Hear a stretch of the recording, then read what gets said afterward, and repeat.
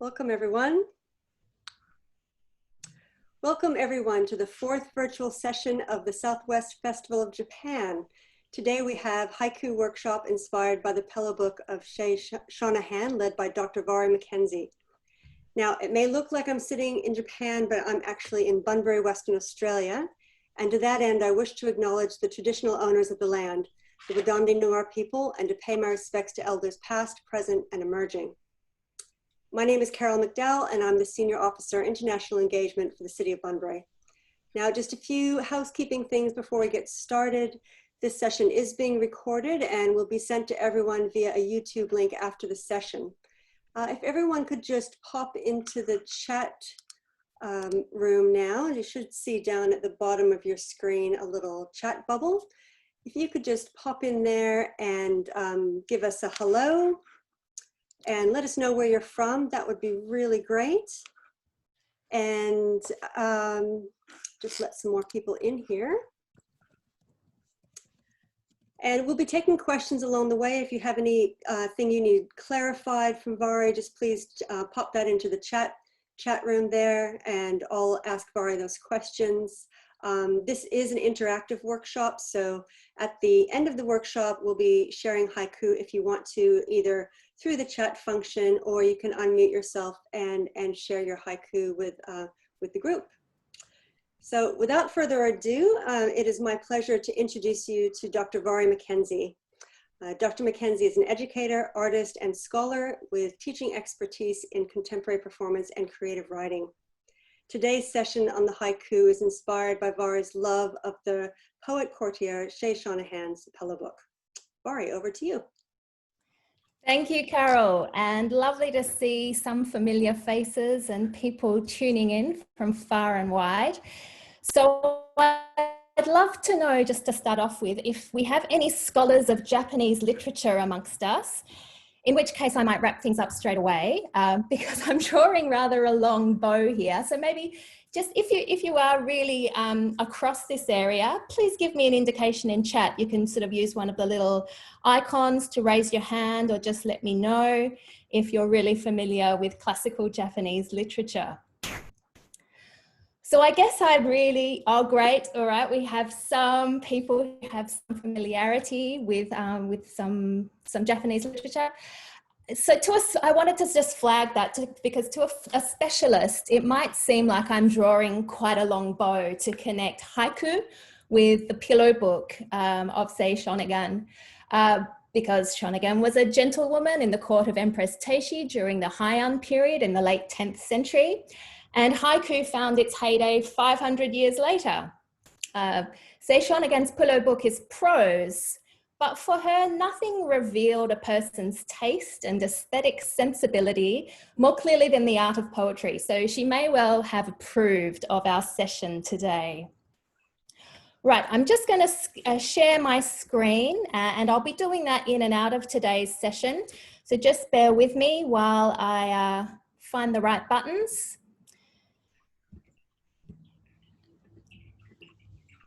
So I'll trust Carol for you to let me know if that hasn't worked out, but if I don't hear anything, I'll trust that everybody can see the images and the screen shared at the moment. Yep, no, that's looking really good. Awesome. So I'm just starting with a little bit of background about haiku to start off with, and then we'll do a little bit of an introduction to the Pillow Book. So we might have heard, if we've heard anything about traditional haiku, we might have heard of the work of Basho before, possibly the most famous poet of the Edo period, which we date from about the 1600s to the mid-19th century. And this was a really long period of stability. And often in history, when we have these long periods of stability, arts and culture flourish. No surprise there that there are links between peace and tranquility and the flourishing of the arts. So these are a couple of examples of traditional haiku in English translation, obviously enough. I will just read them. From time to time, the clouds give rest to the moon beholders. And perhaps the most well-rehearsed haiku of them all, an old silent pond. A frog jumps into the pond. Splash! Silence again. So we also might know of haiku that it traditionally consists of 17 sounds in 3 phrases, and it often takes nature as its subject.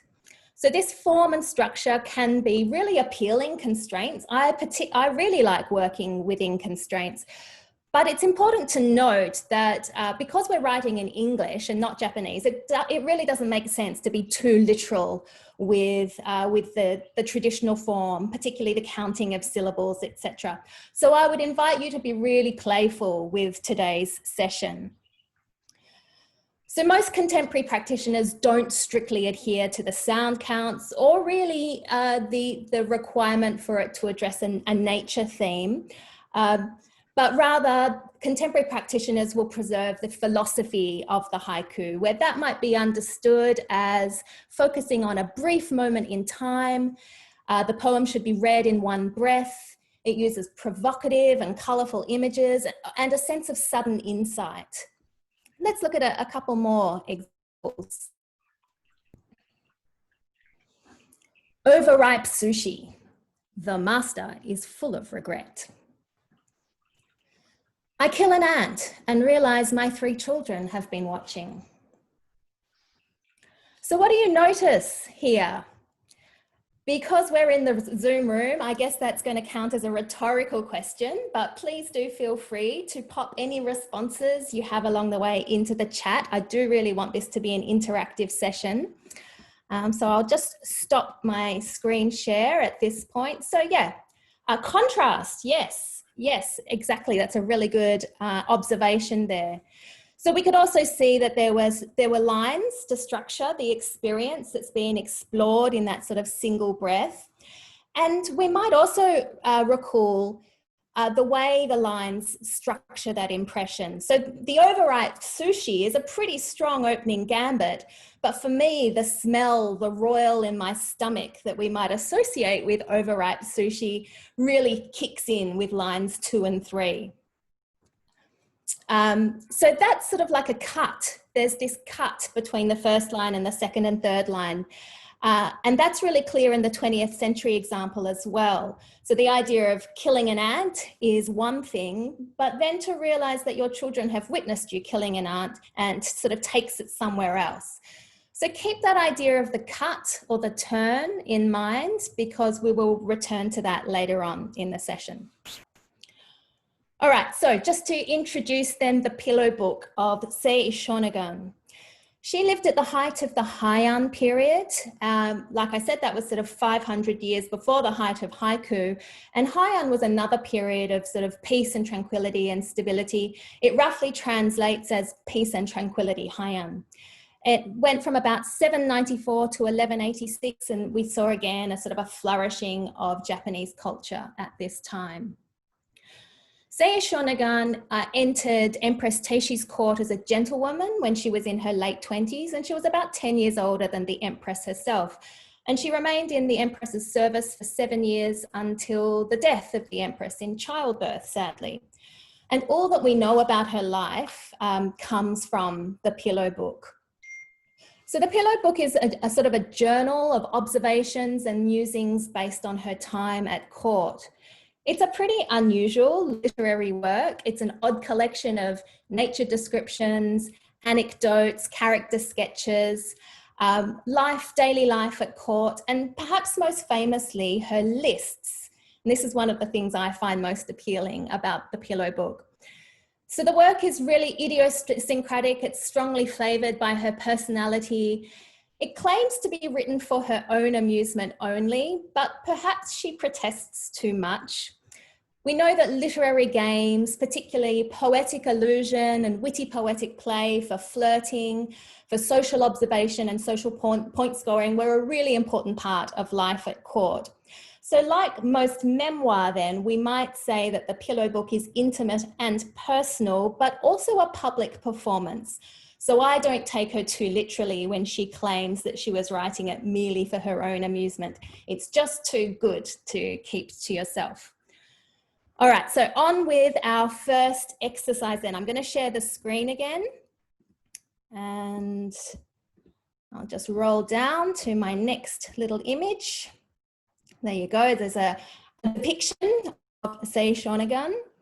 So if you've heard anything about the Pillow Book, it might be the famous lists, which can read as quirky personal catalogues of the names of things based on highly individual taste.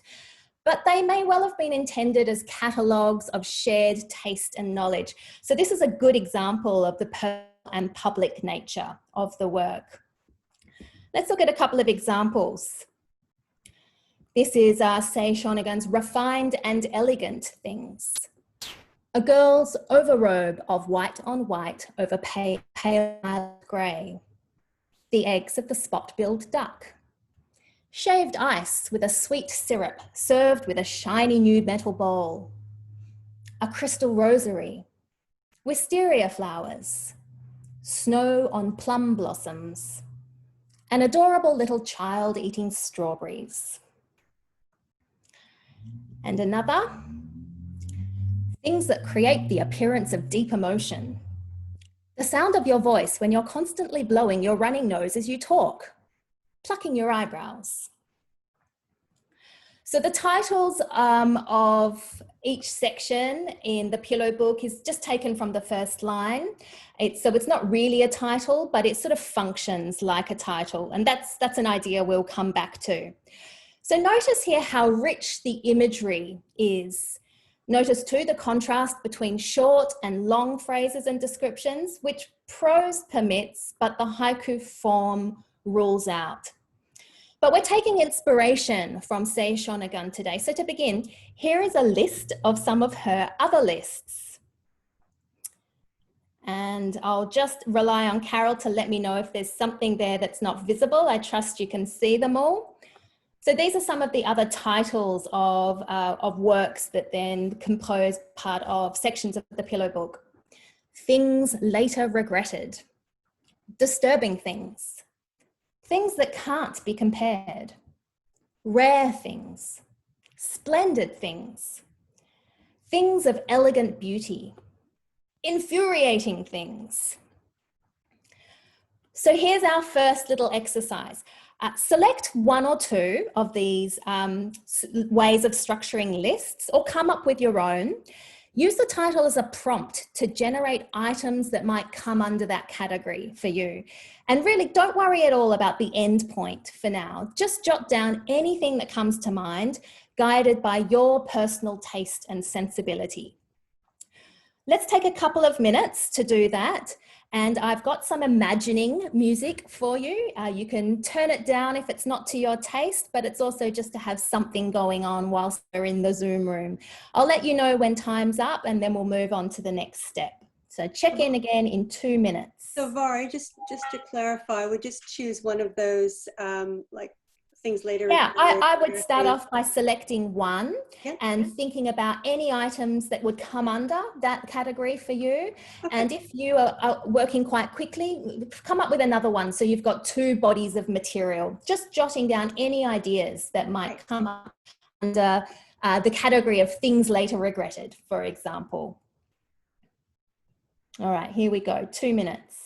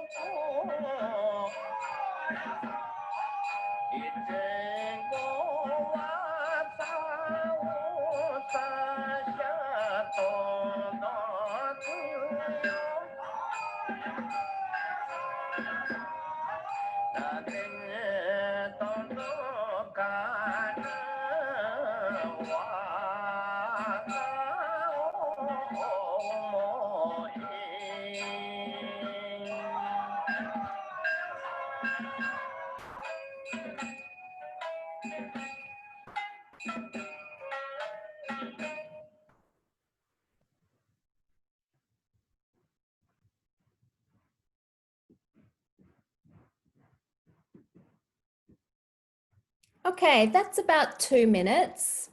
So now that you've generated some material, and by all means keep on going as I sort of offer the next little prompt, let's try to form this into haiku shape. And we'll do it through a process of selection. So selecting the best items from your list, shorn of excess words, trying to simmer it down to the most fresh impression that you can glean from that list. And then try to arrange your items into some lines, short phrases into lines. I'd encourage you not to worry too much about counting syllables, but if it helps, and sometimes it can help to inform creative decision making, to have really firm constraints to work within, a traditional count would be a line of 5, a line of 7, and then another line of 5.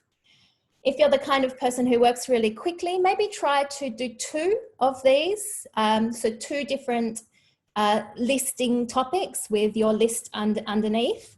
And they don't need to be polished because we'll return to them as we go through the session.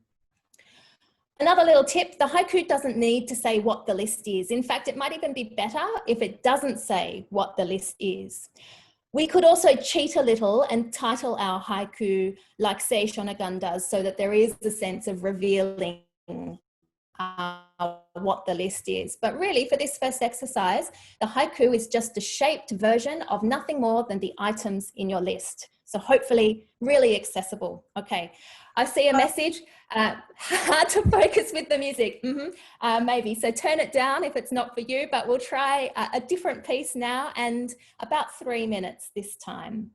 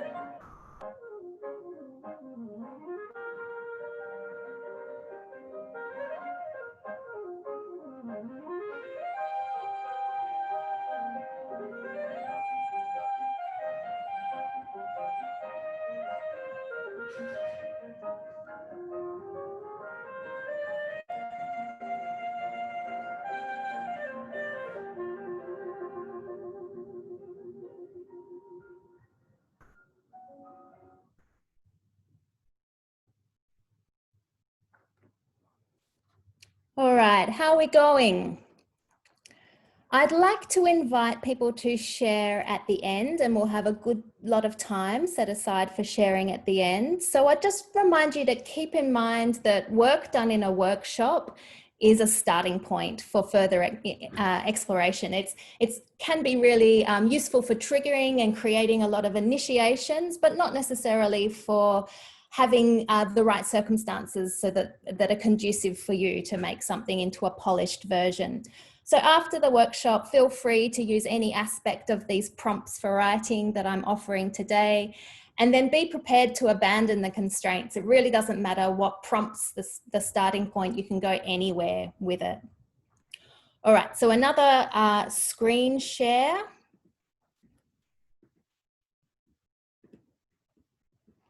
There's our list. Okay, so this is just an example of a list-ish traditional haiku, just to demonstrate the way that your list, which is just a list to start off with, might actually become something more like a formal or traditional haiku.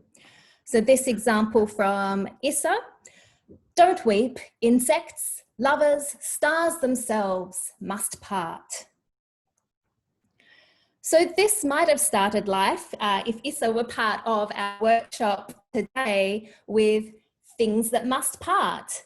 He might have come up with a list of items that could fall under that category, things that must part, before transforming that material into a more traditional haiku. So I absolutely invite you to push your material in any direction you like, but it also can be nothing but items in a list, where the list is declared through a title or not. Lots of room for choice here. All right, so we're moving on to our second exercise, but hold on to that material. I'd really love to return to it. So one of the things that I love the most about the Pillow book is the descriptions of clothing, and in particular, the color combinations. Sei Shonagan wants us to experience the delicious pleasures of life at court, which includes really vivid and detailed visual awareness of clothes. So this was not only part of taste and sensibility, those things that were fundamental to court life in the Heian-period, but also the question of what people wore at court was highly complex and of the utmost importance for men and for women as social signifiers.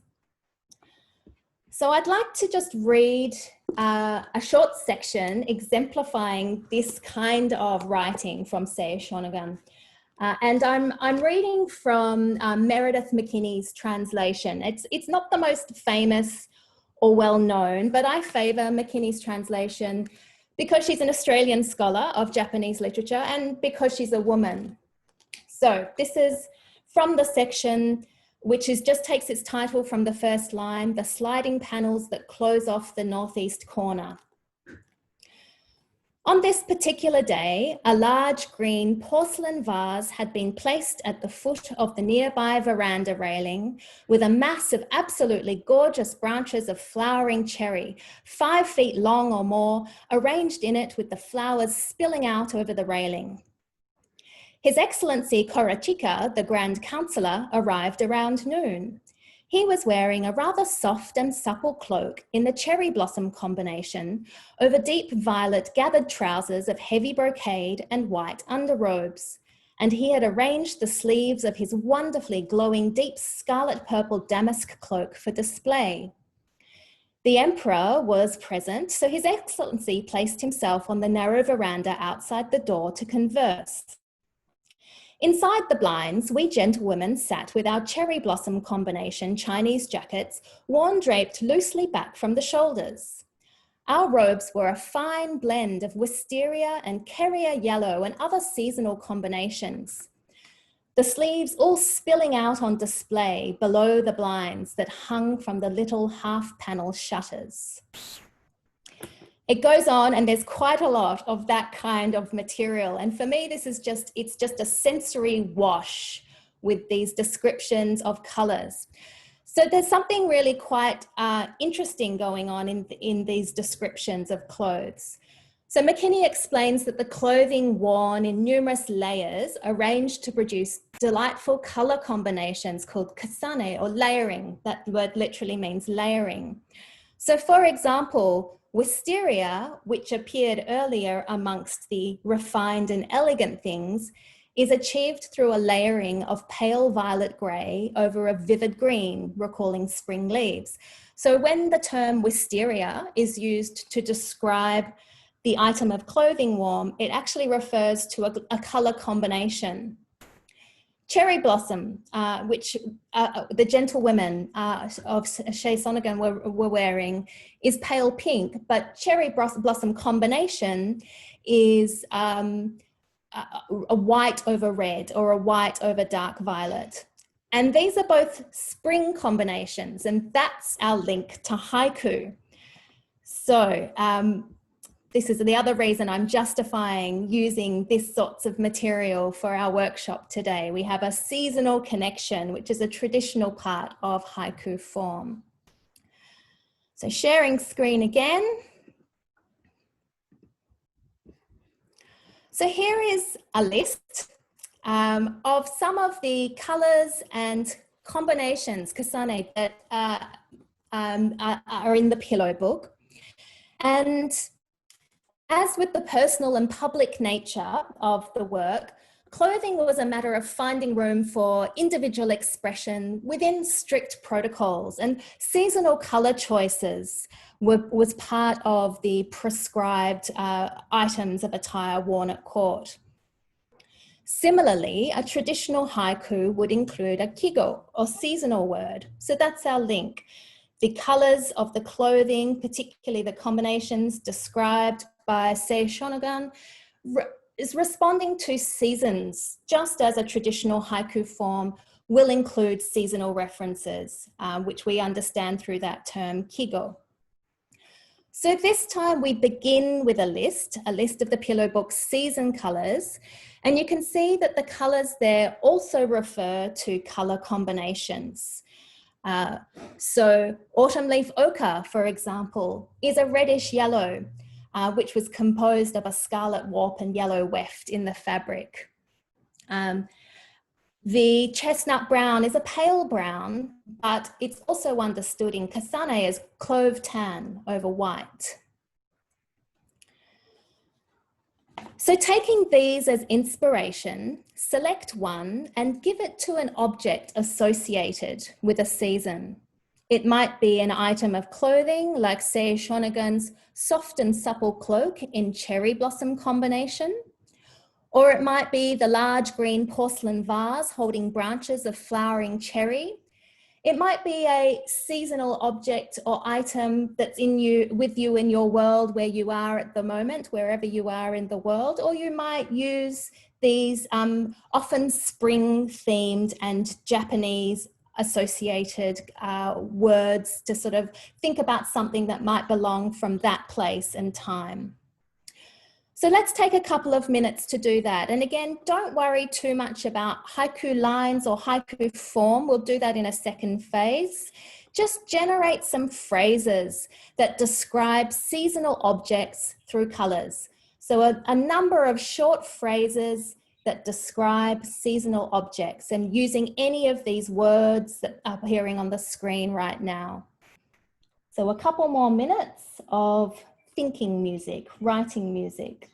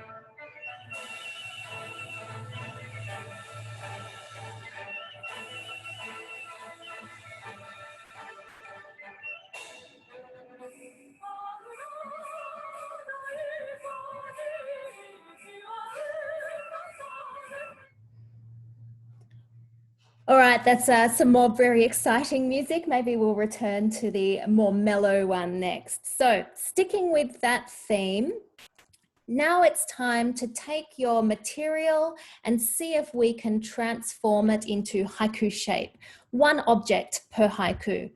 You might want to loosely reference the idea of the 17 sounds. You might want to reference the 3 lines of 575, whatever helps you transform that material into a haiku-ish shape.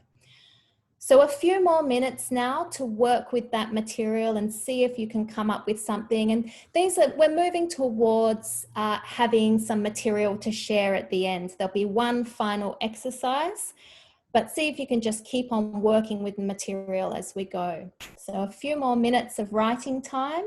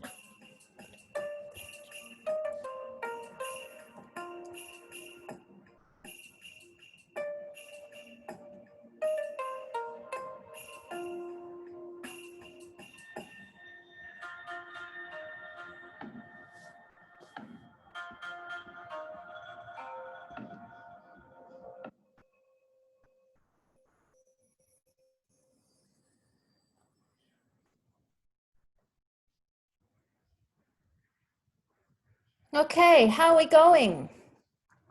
I've got one final exercise before we share some of the material we've made, but also if you have any questions that come up, pop them into the chat. Nothing except comments on the music to this point, which is fine. So we're just going to return to some more of the traditional aspects of haiku to finish up. So now that we've generated a whole lot of material, hopefully you've got a sense of where your interests are leading you in terms of the prompts I've been offering.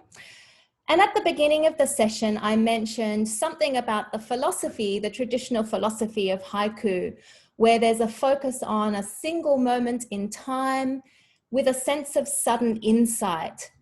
And that's often created with the use of kreji, or a cutting word. It's a word that's used to signal a division partway or at the end of the haiku, to create a division somewhere in the poem which focuses first on one thing and then on another, where the relationship between these two parts is sometimes surprising. So this is where we get that sense of sudden insight, a sort of a focused relationship, but a sense of shift or change. So let's look at a couple of examples.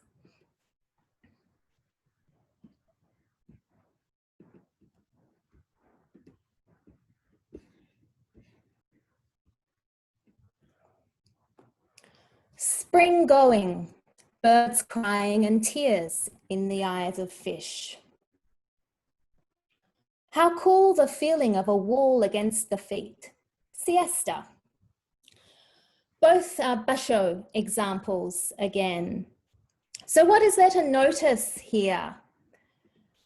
And I would love to be able to see if anybody has anything to say, but I don't know if I can see chat and share my screen at the same time. So we might have to get to that. Oh, yep, here we go. I can read it to you if you want. Oh, yes, please. Yeah, that'd be great. Jake says, I love the book. Definitely want to read it. Does it have pictures?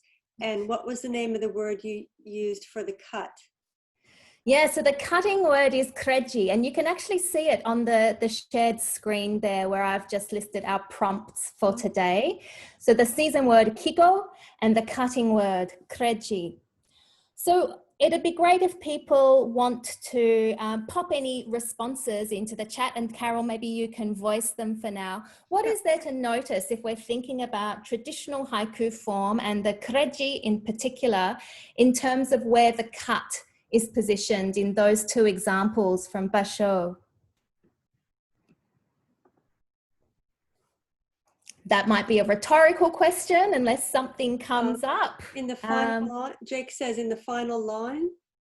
Yeah, so I guess it's different in each, and the translators have conveniently signaled it for us reading in English with the use of the M dash in those two examples. So in the first basho example, spring going, birds crying and tears in the eyes of fish, we can see that the cut occurs in the middle after the first line.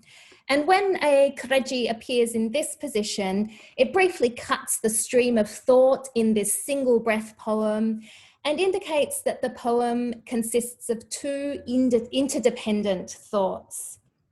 And we have an indication in the second one with a different placement of the M dash that the cutting word itself is siesta. It comes at the end.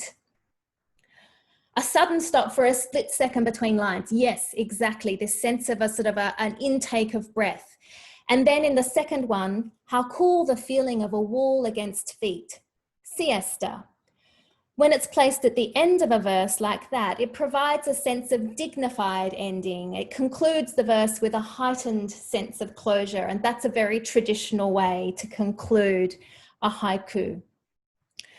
So for our final prompt or exercise today, I would invite you to return to any of the material you've developed today, and then see if you can revise it, return to it, and see if it can find a slightly more haiku-ish form, a slightly more traditional observance of some of the aspects of the form. So thinking about our prompts, starting with the list, the rich color imagery, the use of a kigo or season word, the use of kreji or a cutting word, return to your material and see if you can revise it with a sense of rhythm that's guided by your breath.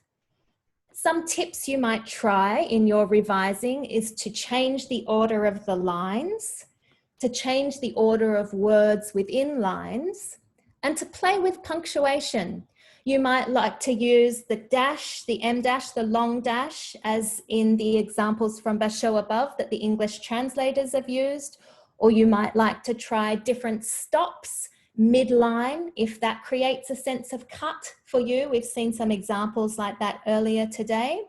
So those are some prompts for how you might revise your material. So 5 minutes more for concluding your work. It would be really lovely if everybody wanted to share one or two haiku they've finished. It looks like we've got some sharing coming in already. Awesome. So we'll have an opportunity you can voice them yourselves if you prefer, or Carol or I will read them out. So 5 minutes more, and then we will connect again to wind up with some sharing.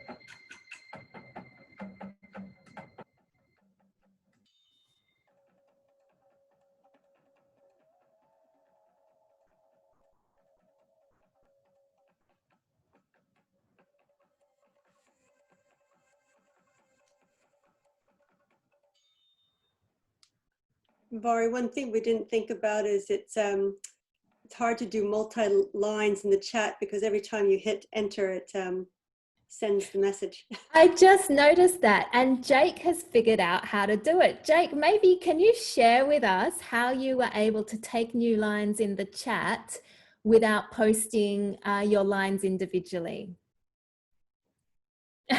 Okay, that makes sense. Write it in a document, copy and paste it all at once. So there's an option for those of you who are able to do that if you happen to have a word processing program open, or you might just decide to read it out. Okay, another suggestion as well, use Shift and Enter to line break. Great, so two good techniques. If Carol, you want to have another go at posting your haiku, the whole thing in one post, so it reads like a haiku. Adam, maybe you'd like to try those suggestions as well.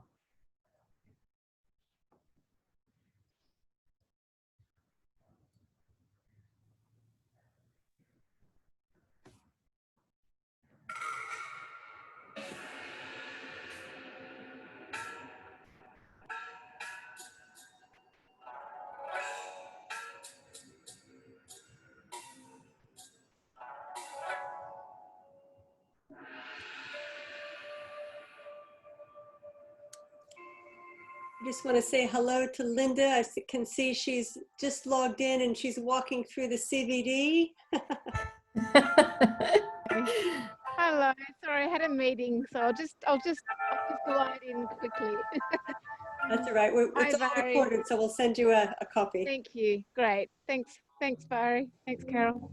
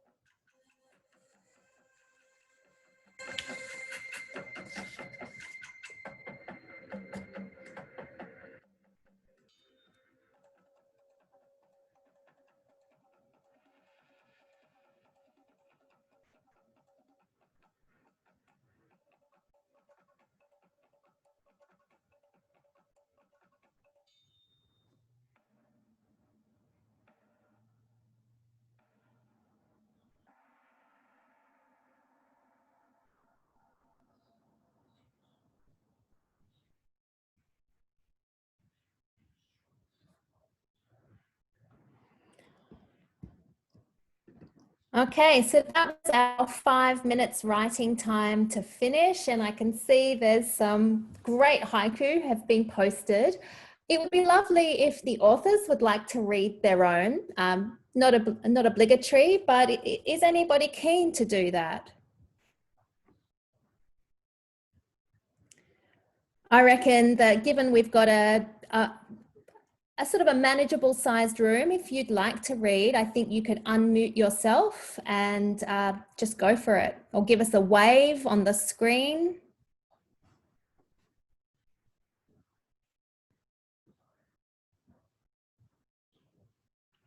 Well, okay, what about, oh, we've got Will who's going to give it a go. Brilliant. Will, go for it. Hello, can you hear me?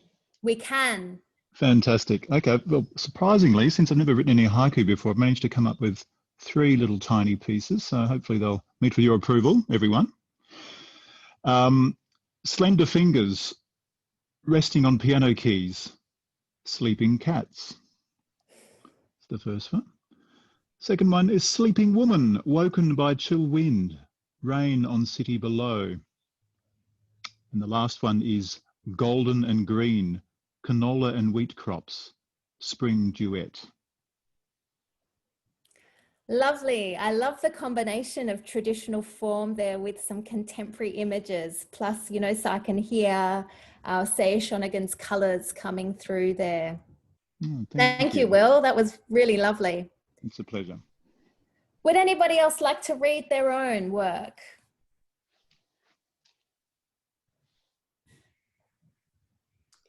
I'll have a Jake. go, Ari. Okay, so Jake's happy for us to read. So I think Jake's posted more than one. All right, so should we take it in turns, Carol? So I think I can see the first one. Well, I was going to read one of my own here. The Last Chocolate, elegant in the box. My pants too tight. That was from my regret list. Regret list, yeah, with some good clothing references as well. Thanks, Carol. The cheeky humor of the Pillow book is one of the things that I love about it. So I'd like to read Jake's first haiku that I can see in the chat. Lit city sightseeing, smashed car window, purse taken, childhood screenshot. So a beautiful urban haiku, which is a fabulous variation on traditional form. So I'm just moving down the chat now. Carol, you've posted another one of yours. Would you like to read? Sure, I'm just trying to find, oh yes. Tall grass in the wind, Taiko beats my heart to life. The festival will end. Yeah, with a lovely kreji at a turn between the second and third lines. Be lovely to hear from any other voices. Would anyone else like to read their own? Otherwise, we'll keep working down the list, and I'm happy to read. Oh, I think Adam's going to speak. Adam, do you want to unmute yourself? We can't hear you just yet. Carol, I don't know if you're able to unmute Adam.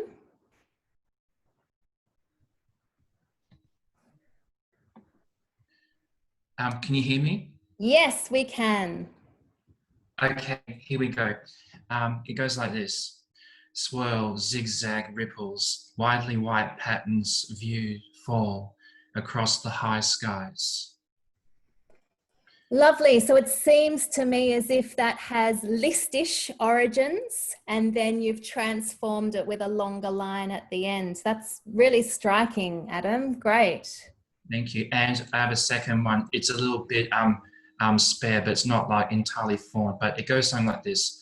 Pearl drop rain, spring bloom, silver streams of fish that shimmer on the water.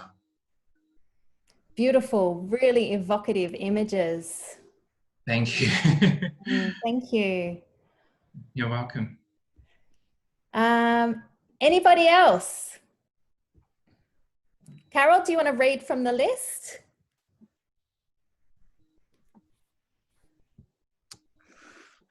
Sure. Let's see, where did we end? So we've got, wow, a lot here. This is great. So I can see one from Tezel or Tezel. I'm not sure if I'm pronouncing that name right. I apologize, but I'd love to read the work. Her cherry blossom cheeks glowing against the scarlet of my lamp, umbrella of autumn hides. Nice. That's lovely. And then we've got Suzanne with plum pink spring blossoms, reflect morning sun rising, plum jam on my toast. Beautiful connection, yeah. Those plums have triggered lots of responses because Jake goes on with plum blossom nightgown, lifts grandma's grey hair like snow, flower on rose mochi. Beautiful use of the kreji, yeah. And Scott has her smile, as rare as a cat with thumbs. I love the brevity of that. I think one of the most interesting things with haiku is to abandon the traditional school version of you must have 17 counts, which I think is probably just an English teacher's way to try to teach kids what syllables are. But it's far more pleasurable to not be tied quite so tightly to those counts when we're writing in English. Trisha, would you like to read yours?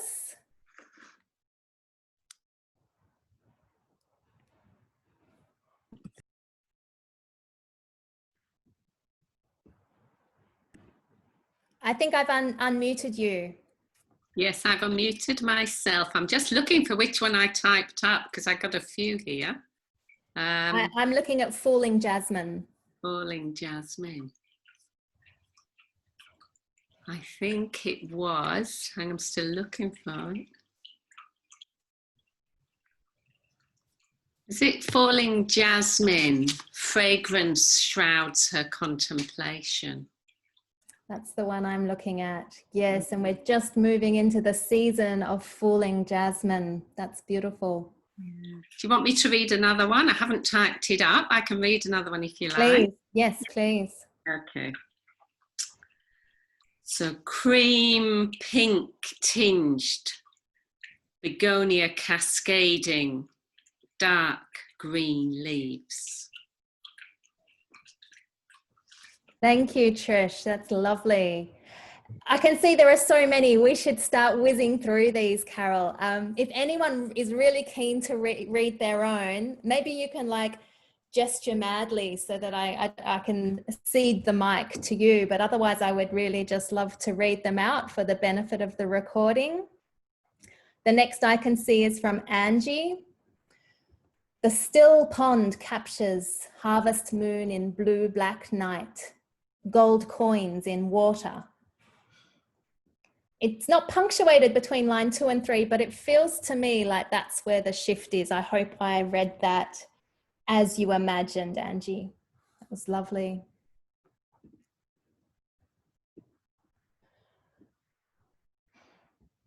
Kate. Kate, can you see this one, Carol? Yes, I can see this one. Do you want me to read this one? Yes, please. So she can't separate the lines, so I hope I can get this right.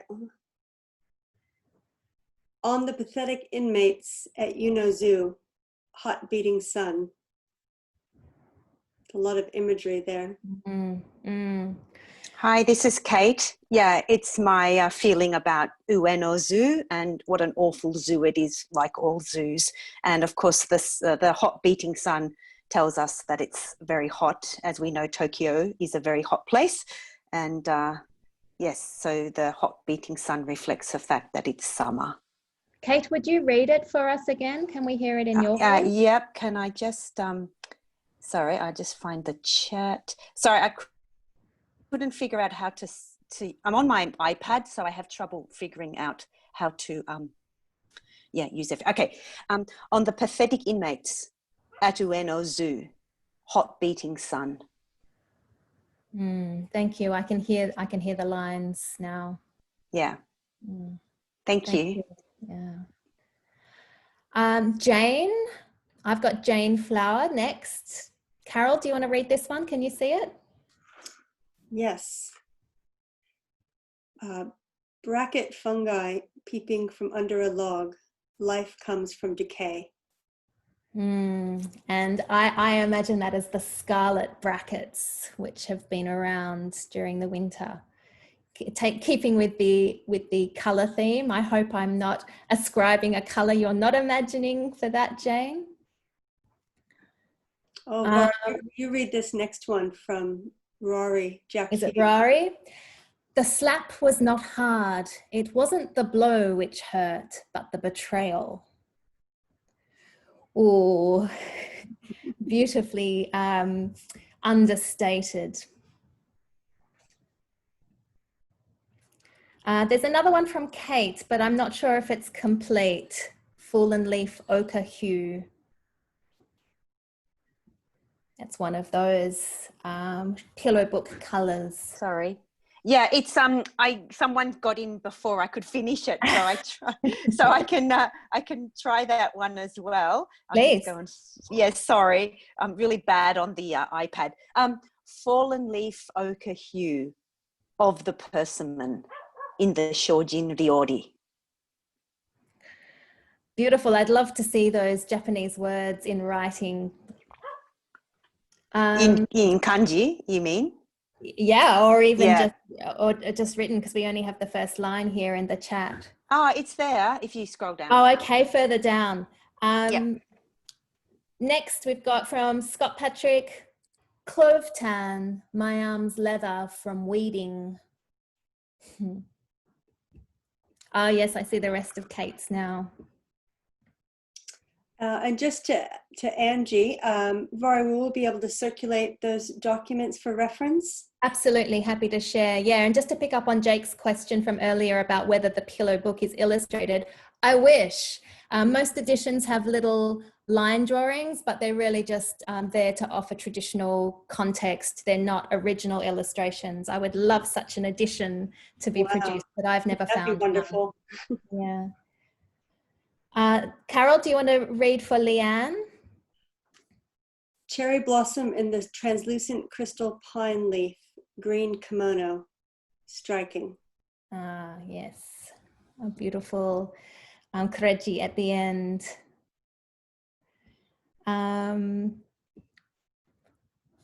There's a line from Adam there. I'm not sure if that's complete.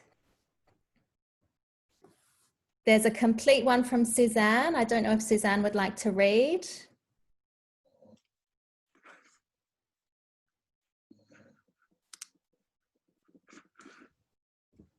Or I will. A butterfly's wings, iridescent gossamer, feast for a magpie. That's a lovely turn. Carol, do you want to read for Leanne? I've lost my thread here. Oh, yes. The summer sunsets lit maroon from within, a grape bursts on the vine. It's so delightful to see these pillow book colors coming up in these haiku. Is there one more? One more from Trisha, I see. Silver green spikes, mauve lavender springs her pungent welcome. And maybe the line break happens after lavender. I'm not sure if I read that well. Silver green spikes, mauve lavender springs her pungent welcome.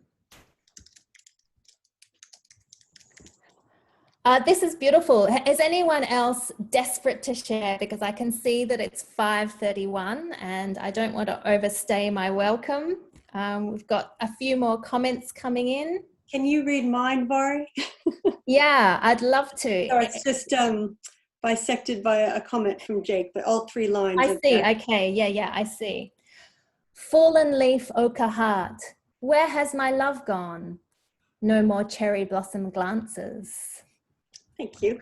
Very cheeky. Yeah, that sounds very Sei Shonagan.